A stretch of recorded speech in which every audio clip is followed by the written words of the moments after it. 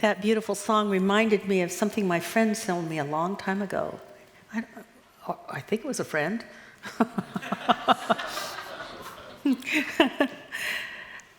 That beauty is love made visible. Beauty is love made visible. And have you noticed that when you love more things are beautiful? Have you noticed that? Have you noticed that when you're in love, everything looks better? So that's a perfect song for today. And I'm going to share with you one of my favorite sayings from Hafiz. Hafiz was a Christian, Sufi mystic. I think that he would not even consider himself anything except a lover of God, although he came out of the Islamic tradition. And he wrote, "Tonight, the subject is love." Well, today, we'll just shift things around. He doesn't mind if I move his words around. Because he's full of love, so he's not offended. Okay? So, I will say, today, the subject is love. And for tomorrow as well. In fact, I know of no better topic for us to discuss until we die. Love, love, and more love. And there is so much to love and about love and with love and for love and all that kind of stuff. But the topic for this whole month, and I came up with this because it was February. We're going to have Valentine's Day. I was going to do a Power of Love workshop. I was going to be with a group of people, and we were going to bend rebar with nothing but love. So I really put my attention on love. And then I realized I needed to just somehow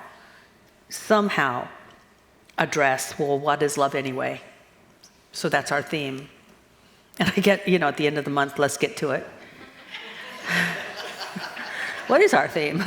Oh, what is love anyway? Why don't we talk about that? But it really is so wonderful. When you have something in mind, you know how you get ready for it? So having the workshop last week made me get ready for it. And I wanted to get ready for it. And it was important for me to get ready for it. One of the reasons is because I've not considered myself lovable. Therefore, I wondered if I could bend rebar. I wasn't sure that someone could love me enough to bend rebar. No, we used to do this. We used to do a whole Power of Love weekend. How many of you did the Power of Love weekend? Right, and I would do it with my friend Carol Hundley, and I knew she loved me. So I knew she'd bend rebar with me, but I wasn't sure about anybody else. So I had to get in prep. So I spent the month, or leading up to the 18th, which was last weekend, God has me as love, God has me as love, God has me as love, God has me as love. And by the way, God, if you can get me out of bending rebar, that would be really good, because I don't really want to do this in front of people and kill myself. Because you put the rebar right here on the soft part of your neck, not on a bone. And then you press until the rebar bends. But the rebar, you don't press until the rebar bends. Anyway, so it's okay, because as TAs, I had men and teeth. I said, oh, they'll bend rebar. They can go up there and do it. Yay! Oh, God is so good. It's so wonderful. Long story short, I got out of doing rebar until the very end. Until someone said, I'm standing there, minding my own business, being a facilitator, telling people what to do. And this woman says, I can't do it, you do it. And she hands the rebar to me and puts it on my throat. And here I go. But that's okay. I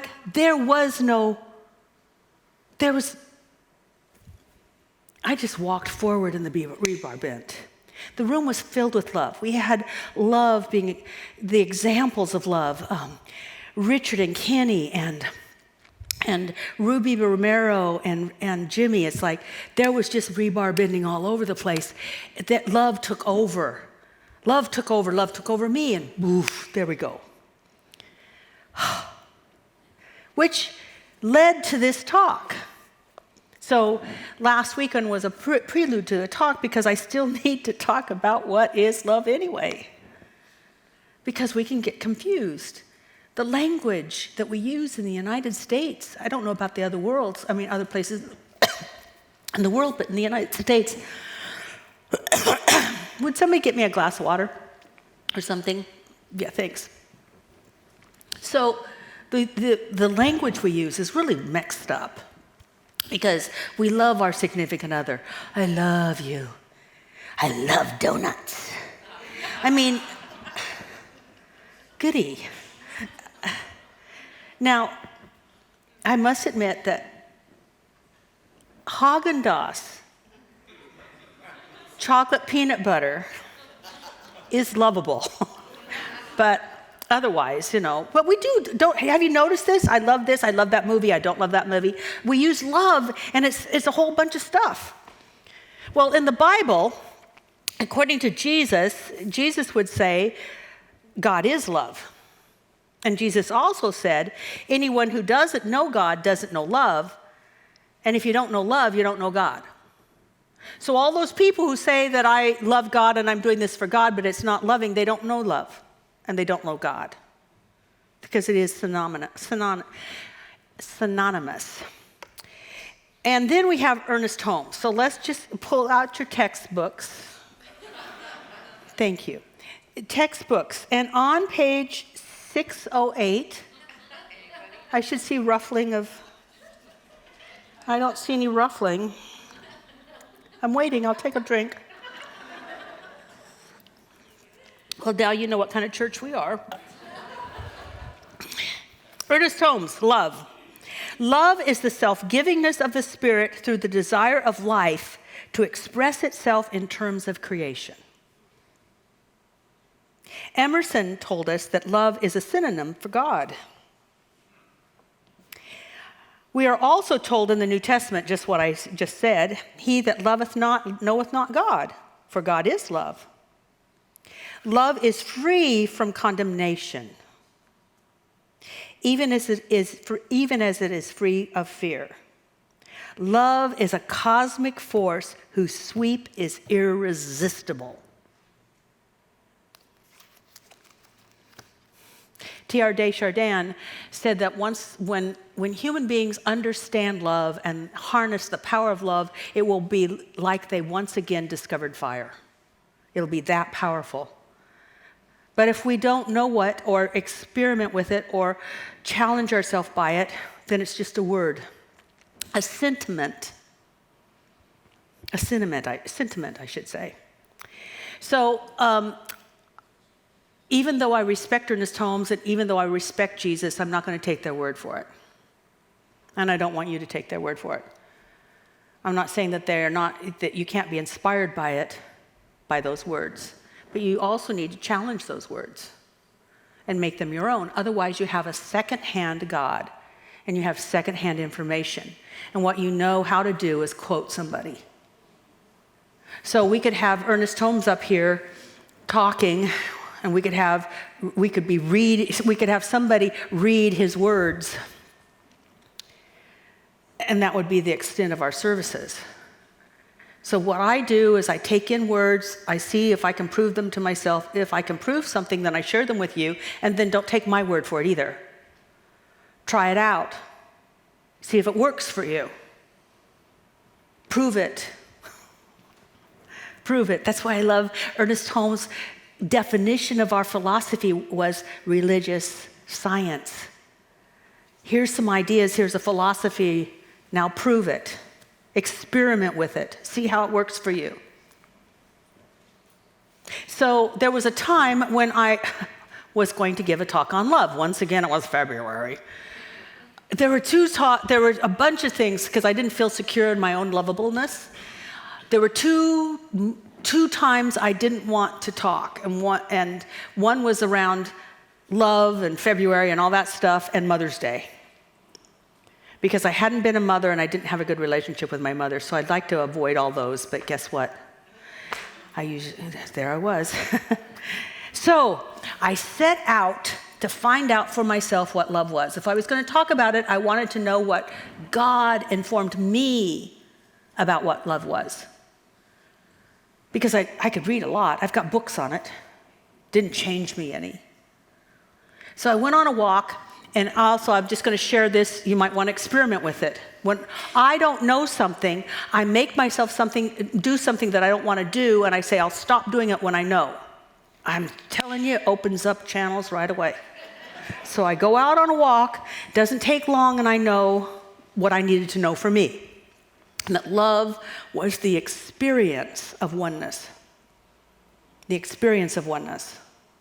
The experience of connection, the experience of belonging, the experience of quantum physics, they would say entanglement. Your life is my life. What you go through, I go through. That's what I want to suggest is I want you to try it on because it's my definition, it's what I work with now. So I am entangled with my husband. I'm entangled with this community. I'm entangled with humanity. I'm entangled with the planet. Not so much donuts. Love them, eat them. But they are not my life. They're not my life.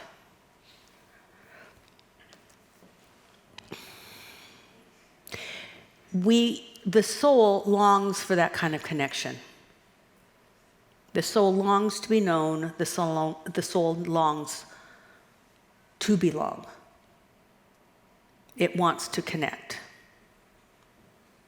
It hurts when we don't connect. Now, even those people that put up barriers, it's because they long to connect, but they're afraid they won't. We long to do that. Sociologists say that one of the reasons that a lot of graffiti, most of graffiti, in fact, the last study I saw, 80% of graffiti is somebody's name or symbol. Why? Know me. And when you've lost a connection, didn't that hurt? You thought you were getting along, you thought everything was going fine, and then all of a sudden it just wasn't working. Something happened and it hurts. That's because the soul longs to connect. Love longs to be love. God as love longs to experience itself through us. That's why it hurts. When somebody betrays us or just disappears, it hurts. By the way, the next Power of Love workshops will be around that, around regret, blame and shame, and finally the dance of love. So you might want to mark it down on your calendar, April 21st. We're just beginning. In the meantime, and this, of course I'd love to have you there, but I can only take 40, so it doesn't matter. Some of you will come, some of you won't. But in the meantime, here's something you can do to mend a bridge, to mend a fence, to reconnect with those who think that they are separate from you and you think you're separate from them. So it doesn't matter if you cut them off or they cut you off. It doesn't matter because guess what? God's everywhere. So you can create the connection again. And the way that I used to do it is I love you, I bless you, and I release you to be yourself. I release you to be yourself even if you don't like me. I love you, I bless you, and you can be yourself and you don't have to like me. I love you, I bless you, and I release you to be yourself even though you voted that way. I love you, I bless you, and I release you to be yourself even though you think that I'm doing this wrong. I love you, I bless you, and I release you to be yourself, even though you haven't talked to me for 10 years and you never told me why you just quit picking up the phone. Do you see all that? And what happens if you continue to do that, you'll start being different. I know because I did it with my stepfather. I went from, I love you, to really, he can go through my mind and there's no pushback, there's no cringing, there's no nothing. It's mended. It's okay. And I don't have to have holidays with him. I mean, it's okay. But he does not take away my peace of mind, and hopefully I don't take away his. That works. It works if you work it, but oftentimes you have to work it. How many of you have worked it trying to shift your opinion of somebody? Because you know as a spiritual person you should. Yeah. Well, we don't check your attitude when you come in the door, so you're safe here. This is a sanctuary, which is a safe place. But I have another idea, and you just let God do it. Just let God do it. This is my new plan. I just let God do it. There's a song by Eddie Watkins Jr. How many of you remember Eddie? And he'd have his bass out, really deep. Always led with the bass, you know. And he had this song, I let God do the work. I let God do the work. You know, that was pretty good. Let God do the work, and it turns out fine. Yeah, God can do it. So let's just do it. Who would like to have God build bridges in your life? I would like to have God mend those fences and reconnect to those who you maybe have thought disconnected to. Then you're in the right place at the right time. First of all, we let God reveal its presence in your beingness. We let God reveal its presence in you, as you, and through you. In you, as you, and through you. So here's Hafiz again. Just sit there. Don't do a thing. Just rest. For your separation from God is the hardest work in this world. So you're not even going to try to connect with God. You're just going to stop the conversations in your head. You're going to stop the I'm not good, I don't measure up, this is what they said, and then they said it wrong, and I'm going to, how many of you get into this stuff? And Hafiz was so brilliant. He, like Jesus, was like master psychologists. They saw what happened with human beings, not only on the outside, but on the inside, and then they'd say beautifully, wonderful, profound things. It's like, just stop it. You're working too hard to be separate. Now, how do we work too hard to be separate? We work that way because we somehow believed in a lot of stuff, like God's out there and it wants approval, and we turn God into Santa Claus. And I did.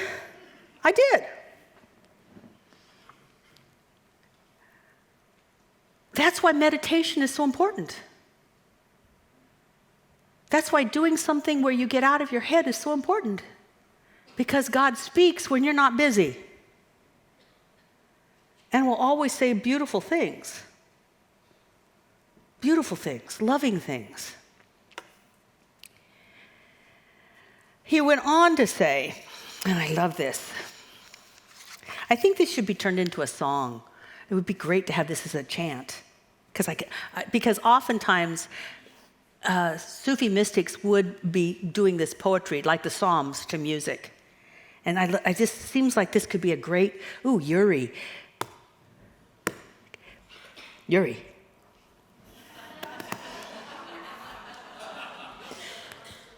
Now, here he goes. No one can keep you from carrying God wherever you go. No one can keep you from carrying God wherever you go. No one can keep you from carrying God wherever you go.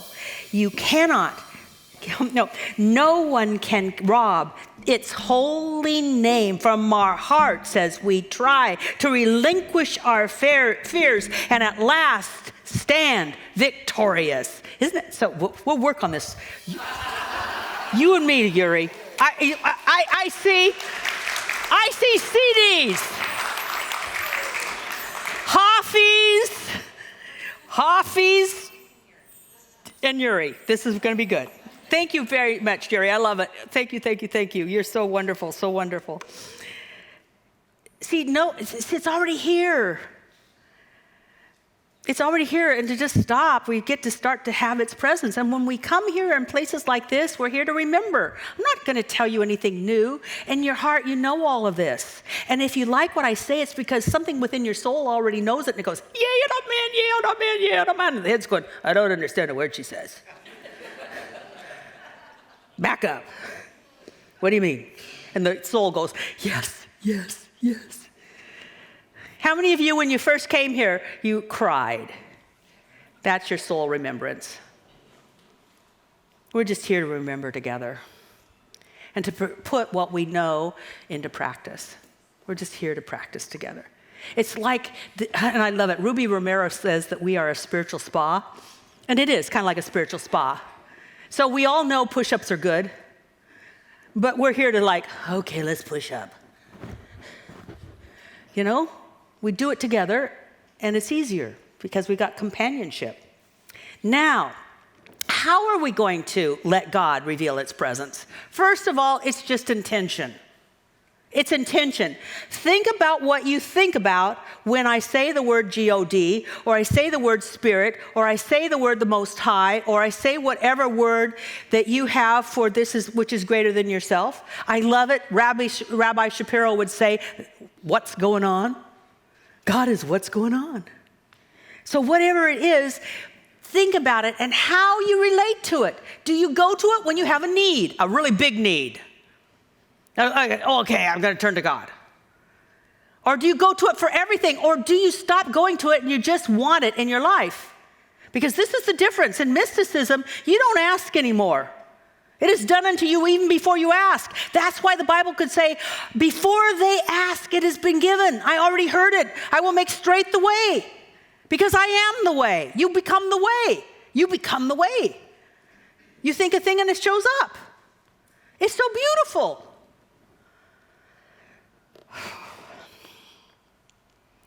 You know, I'm looking at all these feeds that come on social media, and there's so much stuff about manifestation and get what you want and use this, and now I've got a secret, and there's this and blah, blah. You know, the secret's, there is no secret. That's the big secret. The secret is when you tune in, it's already waited for you to do so. It's already waited. So we move out of having God as a way to get stuff, and we move into knowing God so that God can do an even greater work on the planet through us, so that we can make the difference in some way, shape, or form for others as well as ourselves, our family, our friends, our planet.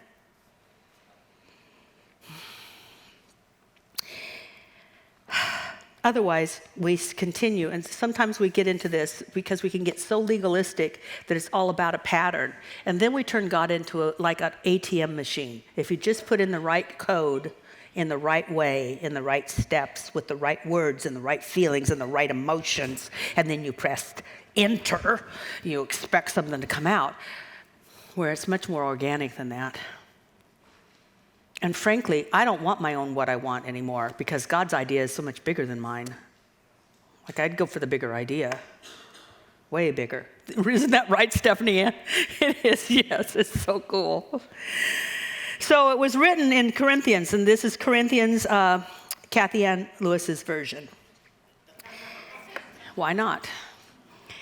Well, I took the haves and all that stuff out of it. It says, eyes haven't seen, nor ears heard, nor imagined by humans, the things which God has intended for all people that love it.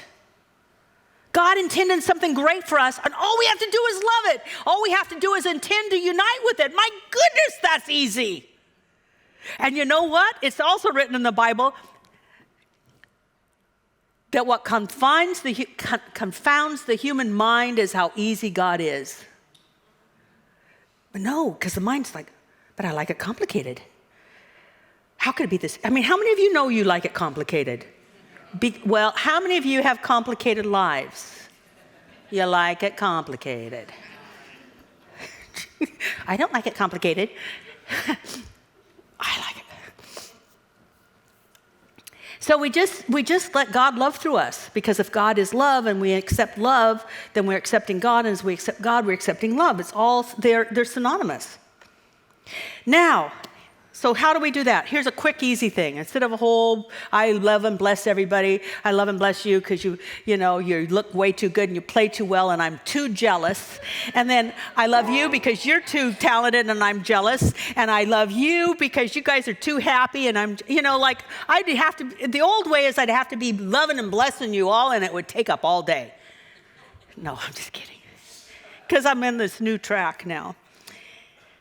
But the quick prayer now is, God as me is love. God as me is love.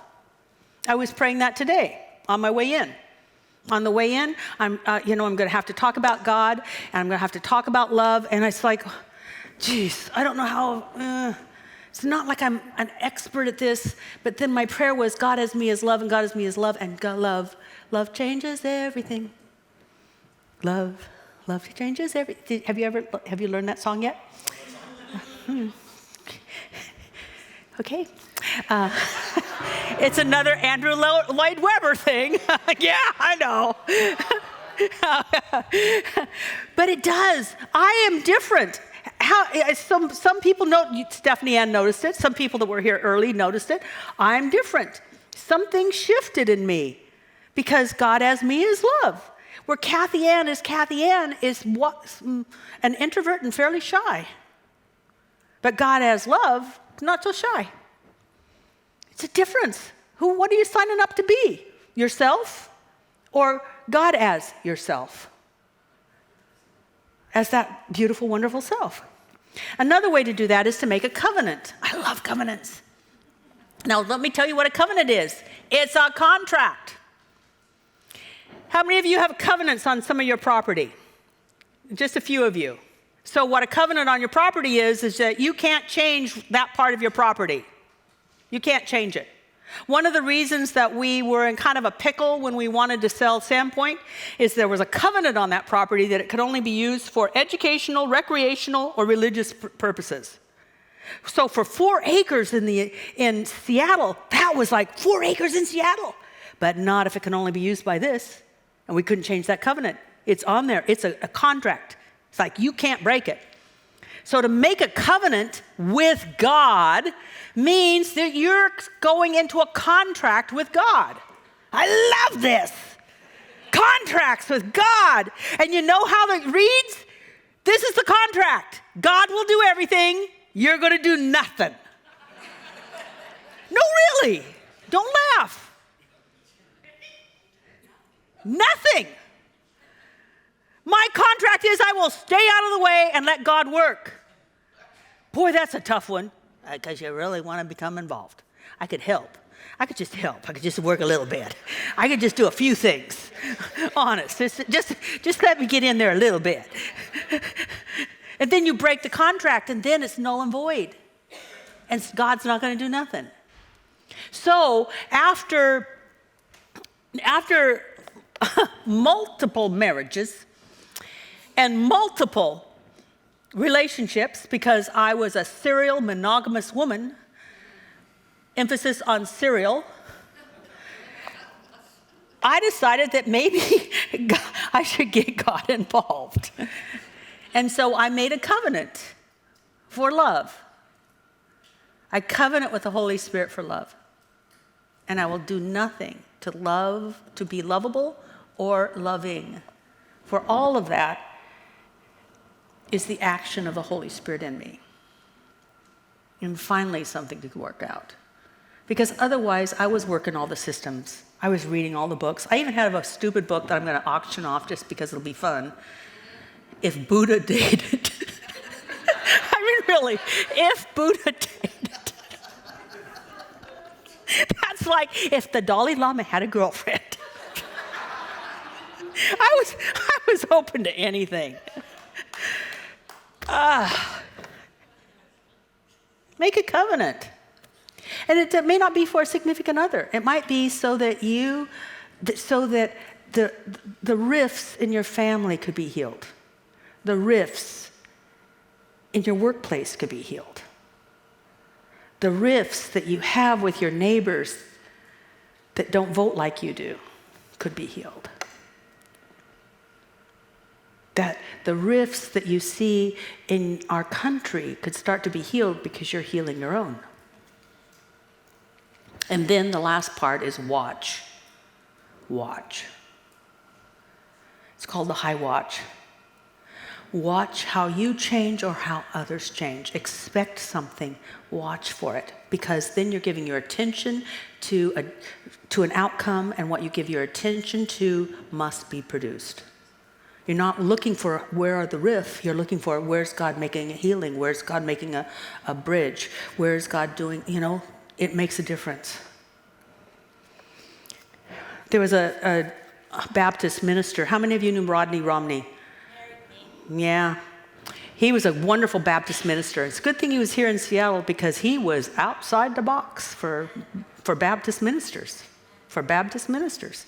He was outside the box. I went and interviewed him when I was in ministerial school. And I said, how can you be so inclusive? Because I'd been Baptist.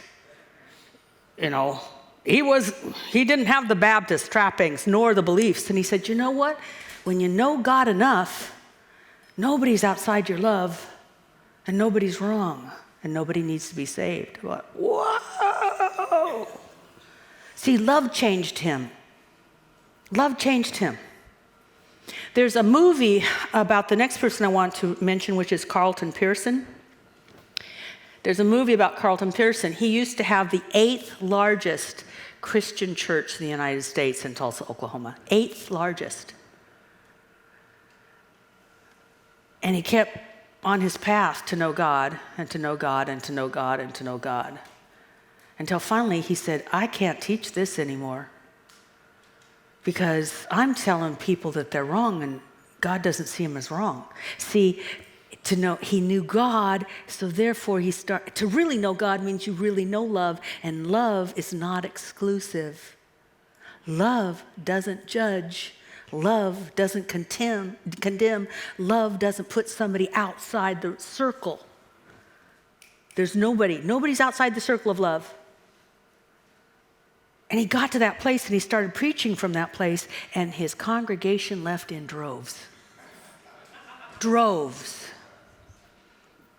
It finally he had to leave. And what happened is the Spirit of God put him in a very large New Thought church in Chicago. It was hard on him. It was hard on him.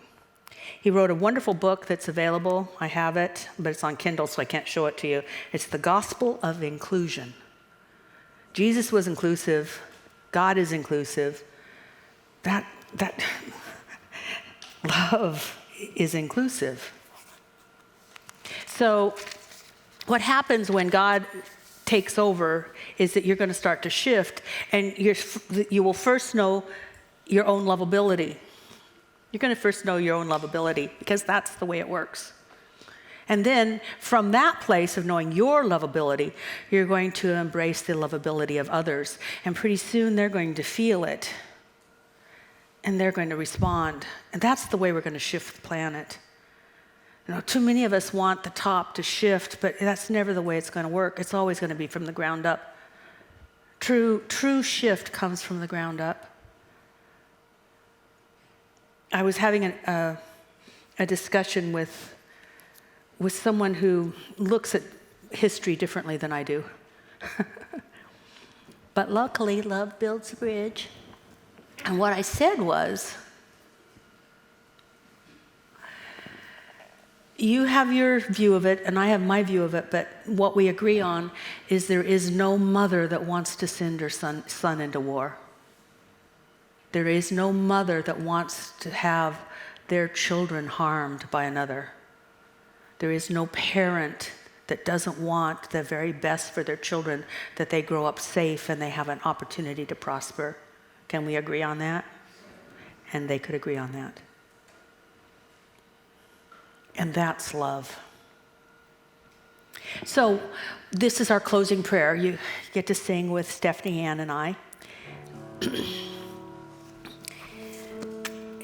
Because Stephanie Ann, I know you're going to find this hard to believe, she sings much better than I do. Much better. But this is a song that we're going to sing, and I invite you to sing along, so that as we sing to you, you're going to sing to us and to each other. I love myself so much that I can love you so much, that you can love you so much, that you